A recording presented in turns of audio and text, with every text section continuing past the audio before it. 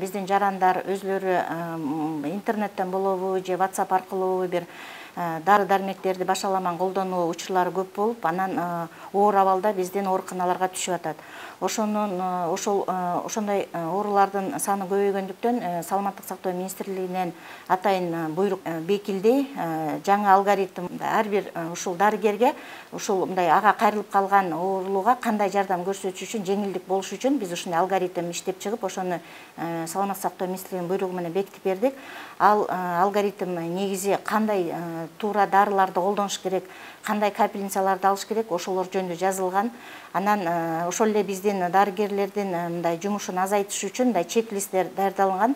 Ошол чек-листтер бул жанагы ооруп келген адамдын арыздануусунун негизинде бул оор түрүүбү, жеңил түрүүбү же аябай эле оорулошкон түрүүбү деген баа берилет да. Анан ошонун негизинде бул же ооруканага жиберет, же ошол амбулатордук деңгээлде дарылоого жардам берет.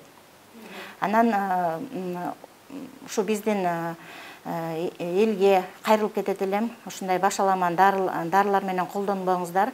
Силер ушул башаламан колдонгон үчүн өзүңөрдүн абалыңар оорулошуп атат. Айыгып кеткенге дагы мындай оор болуп калып атат да. Ошон үчүн ошого чакырып кетет элем. Анан могу дексаметазон боюнча дагы бир белгилеп кетчү нерсе, бул дексаметазонду колдонууга бул атайын көрсөтмөлөр болот. Эгер бир оорулууга ал жакшы жардам берип кетсе, экинчи оорулууга ал жардам бербей калышы мүмкүн. Ал наоборот эмесин акыбалын мындай начарлатып коюшу мүмкүн да. Ошон үчүн ошого да чакырып кетет элем. Башаламан дары дармек менен колдонбогула, капельницаны ар кандай сунуштар менен ала бербегиле. Биякта ушул атайын эксперттер менен жазылган, түзүлгөн алгоритмдер бар. Ошону колдонуп, анан эң негизгиси ар бир силердин дарылооңар ушул дарыгер аркылуу болуш керек. Ошого чакырат элем.